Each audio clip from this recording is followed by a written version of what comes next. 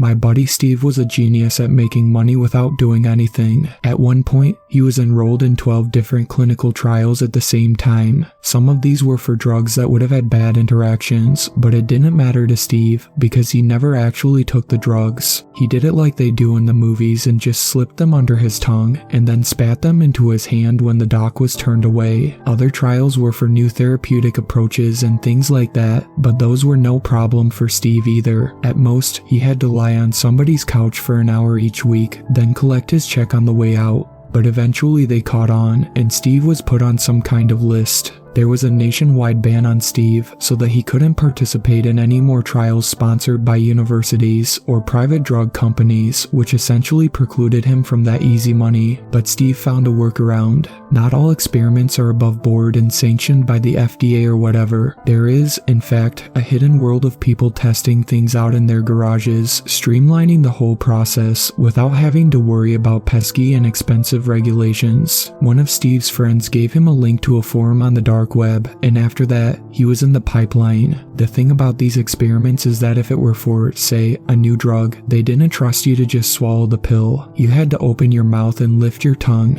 You had to actually take the thing because these people weren't fucking around. But boy did they pay. One morning, I was awakened by an insanely loud banging at my apartment door. "Who's that?" moaned my girlfriend, Sophia. I looked at the clock with bleary eyes. It was 5:55 in the morning. "Open up, dude," shouted Steve from the hallway. "Oh, fuck him," said Sophia. "He could be in trouble," I said, shooting out of bed, full of adrenaline. I answered the door in my boxers, and there was Steve, bouncing up and down, his pupils each the size of the full moon. "Are you okay?" I asked. "I'm awesome," said Steve. "Holy shit, dude. This stuff. They gave me $1,000 to take one fucking pill, and it rules so much. It feels so good. Oh my god, Jay. Oh my god." My head hurt as I tried to piece together a thought. "So you're high, and you came to tell me that you got paid a lot of money to get high." I felt a surge of rage welling up deep inside of me. "Yes. I mean, no. Look, man, you're my best friend.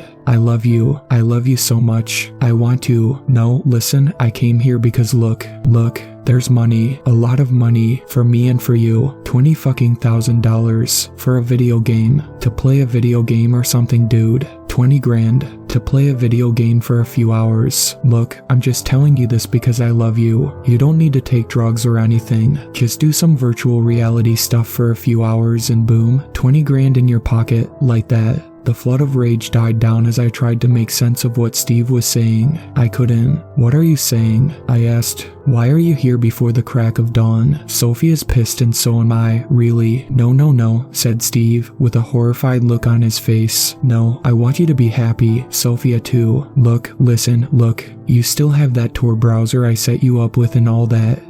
I guess so. Good. Listen, look." Steve jammed his hand in his pocket and pulled out a piece of paper. "Look, just type this in and you'll see. Easy money, okay? $20,000. You can finally buy that engagement ring you've been." I reached out and smacked Steve across the side of the head. "Jesus Christ, dude. Keep it down, yeah." Steve looked shocked and hurt for a moment before the realization dawned on him. "Oh, shit. My bad. I'm sorry, dude. I'm sorry. I wish I could delete it.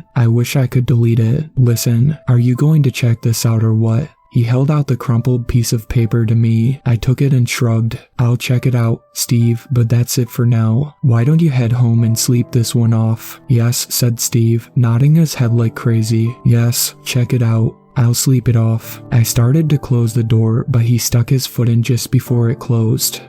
Dude, yeah. "Can I use your bathroom?" I opened the door and sighed as he rushed into the bathroom and started puking his guts out. Steve received a ban from our apartment after that, but we stayed in touch. He would text me every few hours, asking if I'd checked out the advertisement for the video game trial yet. The truth was that I had checked it out as soon as he left that morning, but I was undecided. On the one hand, the $20,000 sure was intriguing. That was almost half again as much as I made in a year, more than half after taxes, and I had a feeling that this wasn't the sort of gig where they took taxes out. I'd be able to do a lot with the money, take Sophia to all kinds of dinners, maybe take a vacation and travel somewhere interesting. The kinds of things we always wanted to do, but never could afford to do. Then too, yes, there was that engagement ring. Sophia would say yes either way, even if I presented her with some rolled up aluminum foil. But I wanted it to be special. I wanted it to be special, but I couldn't afford to make it special. On the other hand, well, the whole thing was sketchy as fuck.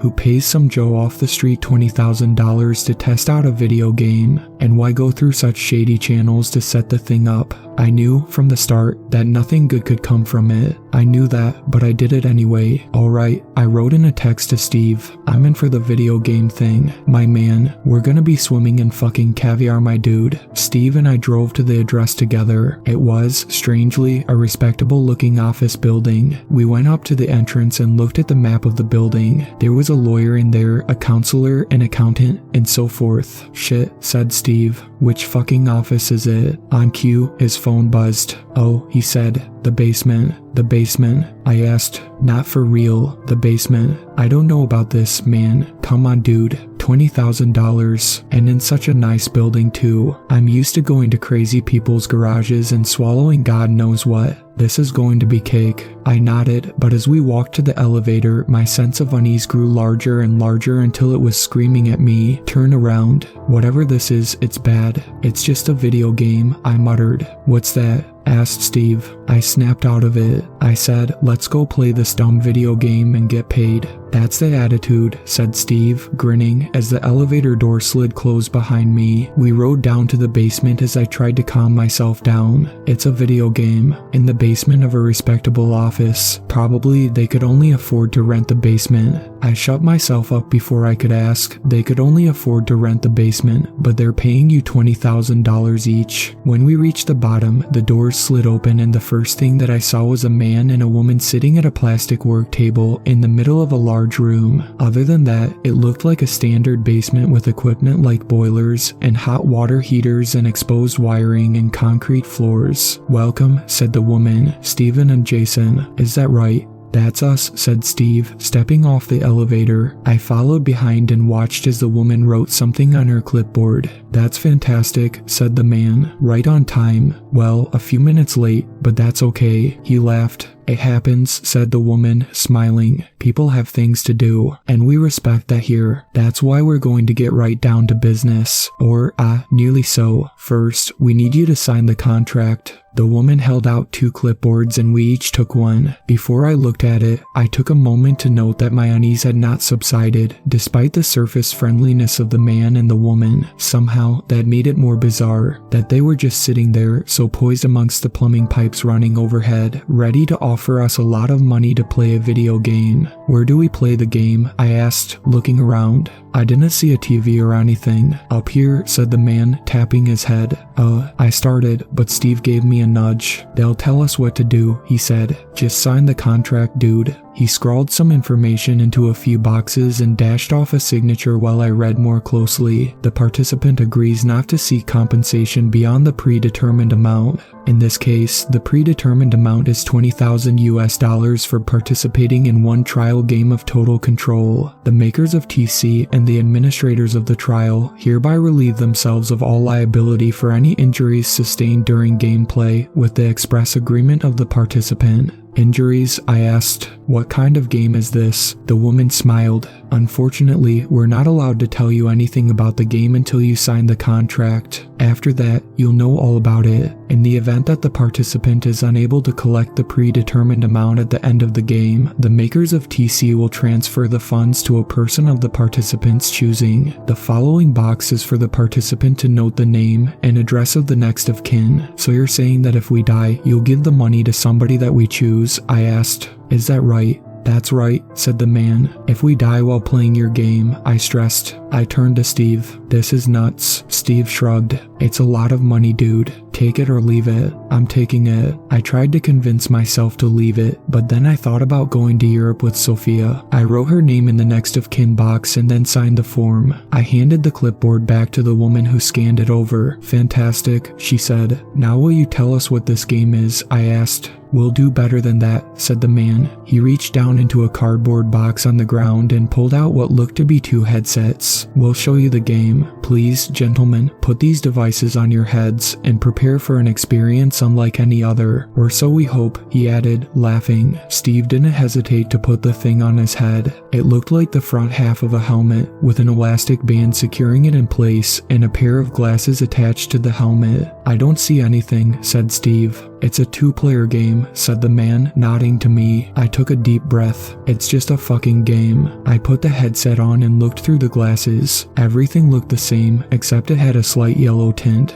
I watched as the man reached into the box again and brought out 2 video game controllers. He handed one to the woman, and then they each pushed a button. I heard Steve scream a split second before I heard the hiss of some hydraulic mechanism being engaged just above my ear. Then I felt the most intense pain in my life. It felt like something was being jabbed directly into my fucking brain, and that's exactly what was happening. A trickle of blood rolled down the side of my head as my brain lit up with pain. Then I was out of it. When I woke up, I was strapped to a chair, sitting opposite the man and woman behind their table and next to Steve. There was only a dull ache in my head now, but it didn't take long for me to burst into a full-on panic. "Ah, good," said the woman. "You're both awake." She stood up calmly, walked over, and undid my straps. "What is this?" I gasped. "What the fuck is this?" "It's an experiment," said the man. "Don't worry, we've ironed out some kinks since the last time we tried it." "What experiment?" I asked, standing up on wobbly legs. "What are you going to do to us?" The woman went to work unstrapping Steve. "We've implanted a device in your head," she explained.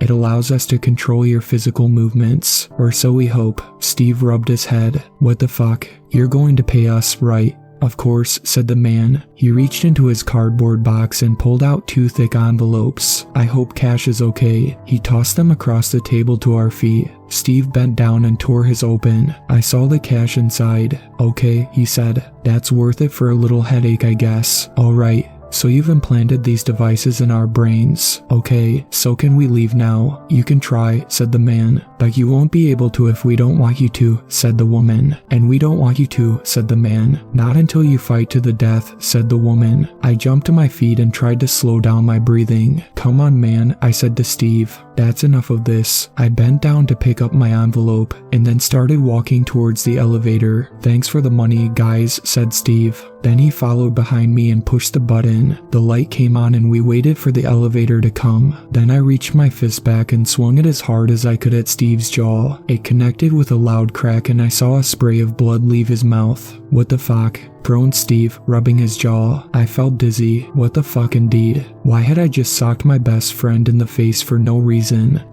Dude, I'm so sorry. I have no idea why I did that. Steve spit out some blood on the basement floor. "Forget it. Let's just get the fuck out of here." The elevator door dinched. "Sounds good to me," I said as the door slid open. I went to step in when suddenly I felt a hand grab my shoulder and roughly spin me around. It was Steve. He had a confused look on his face as he grabbed my neck with both hands and started to choke me. My nerves exploded in panic as I struggled to breathe. I felt myself bring my knee up into Steve's balls. He let go of my neck then and hunched over. "What's happening?" he gasped. I brought my elbow down on his back and he screamed out in pain. "I don't know," I said. "I don't know." I looked over at the man and the women, still seated behind their plastic work table. They were each holding their game controllers and smiling. "What the fuck is happening?" The woman pushed a button and suddenly Steve lunged at me, driving his shoulder into my gut. We hit the ground together, my elbow taking the brunt of the impact. "I'm so sorry," cried Steve. "I can't stop it." I reached up and grabbed Steve's face in my hand. I didn't want to. I tried to make myself stop, but I couldn't. I began squeezing between my thumb and middle finger, which were spread out and gripped into the spot behind his eye sockets. "Stop this," I shouted. Steve sunk into my palm with his teeth and tore a chunk of my flesh off. I felt a searing pain and a deep fear as he spit my skin onto the ground. I tried to will myself to stay still, but I couldn't. I punched him in the eye. When his head jerked back from the blow, I pushed against his chest and twisted around so that now I was on top of him. I took a clump of his hair in my hand and began smashing his head against the concrete floor again and again and again. I was crying. I was begging myself to stop. I was begging the man and the woman to stop whatever they were doing. I was begging Steve to forgive me as his head hit the floor with a thump that sounded wetter and wetter each time as blood gushed and sprayed everywhere. "Okay," said the man after a while. "That's enough. My player is dead now." I heard the woman laugh. "I told you I would win." Suddenly, I was in control of my own movements again. I set Steve's head gently on the ground and knelt next to him, sobbing. "What have I done?" I wailed. "What did you make me do?" Now, said the man, standing up. "It's not all bad news." He walked over and picked up the envelope of cash that Steve had dropped. "He did name you as his next of kin, so you have just made $40,000. I looked up at him with blurry eyes. "You fucking monsters," I said, standing up. "I will fucking kill you." I ran at him full of rage, with my arms outstretched. But when I got to him, I slowed down, spread my arms wider, and embraced him in a friendly hug. My mind screamed in terror and rage, but my body wouldn't respond. "We control you now," said the woman. "We're happy to let it go at this. You've served our purpose as a beta tester. We'll let you get in that elevator with your money, and you'll never hear from us again. If you honor your contract." "Do you remember your contract?" "There's a copy of it in your back pocket. There's one bit that you should pay careful attention to. The bit about how you are never to tell anyone anything close to what happened here. Don't worry about coming up with an explanation for your friend. We'll take care of that. All that you have to do about this all is literally nothing. Don't say a word. You're probably best forgetting it ever happened." "There's a hose in the corner," said the man. "Clean yourself up, take your money, and leave." I did that. I just wasn't sure if I was the one doing it. After I killed Steve, my life fell apart. Of course it did. I knew that I wasn't in control of my actions at the time, but that didn't help at all. I'd watched the life leave his eyes, and I'd gone on smashing his head against the concrete again and again, well after he was dead. I had nightmares about it every night. And the worst part was that I couldn't tell anybody about it. What was I supposed to do? Turn myself into the police for murdering my best friend literally against my will? How would that help anything? I wanted to tell Sophia. I wanted to tell her so badly, but I couldn't. Those people had put the fear in me. We started doing fancy things together with the money, like going out to eat, but it was no good. It was like a part of me had died when Steve had died, when I had bashed the life out of him. Sophia didn't want fancy dinners and all of the things that money can buy. She wanted me, but I wasn't there anymore. I started drinking more and more. I considered suicide, not seriously at first, but as time went by, it seemed more and more like a viable option. Anything to stop the never-ending guilt and grief. For her part, Sophia stuck with me for longer than I could have hoped for, but finally it got to be too much. It was clear enough that things were over well before the night we lay in bed together after yet another failed attempt at making love. "I can't do this anymore, Jay," she said. "I love you, but something changed after Steve's accident. I know that he was your best friend and it tore your heart out. But what about life? What about me? You didn't die. I didn't die. We're still here. And I can't do it anymore. It's been 3 months and I don't think I've heard you laugh once. I'm not blaming you, and I can't tell you how much I wanted to be able to do this. It's my failure, really. But like I said, we're still alive and I want to live while I can. And I want you to live too." I clenched my jaw, trying to fight back the tears. I tried to think rationally. If you really love her, you'll tell her to fuck off. But I didn't. "I have to tell you something," I said. Then, as my soul screamed in horror, I smothered her with a pillow. I've been in bed with Sophia's corpse for 2 days now. Yesterday, I got a text. "We have gathered all the data we need. Your contract has been fulfilled. Your unit has been deactivated. We thank you for your participation and wish you the best of luck." I don't know what to do. I'll start here by typing this out. "My name is Jay, and I killed my best friend and the love of my life, but I wasn't in control of my body at the time. Where do I go from here?"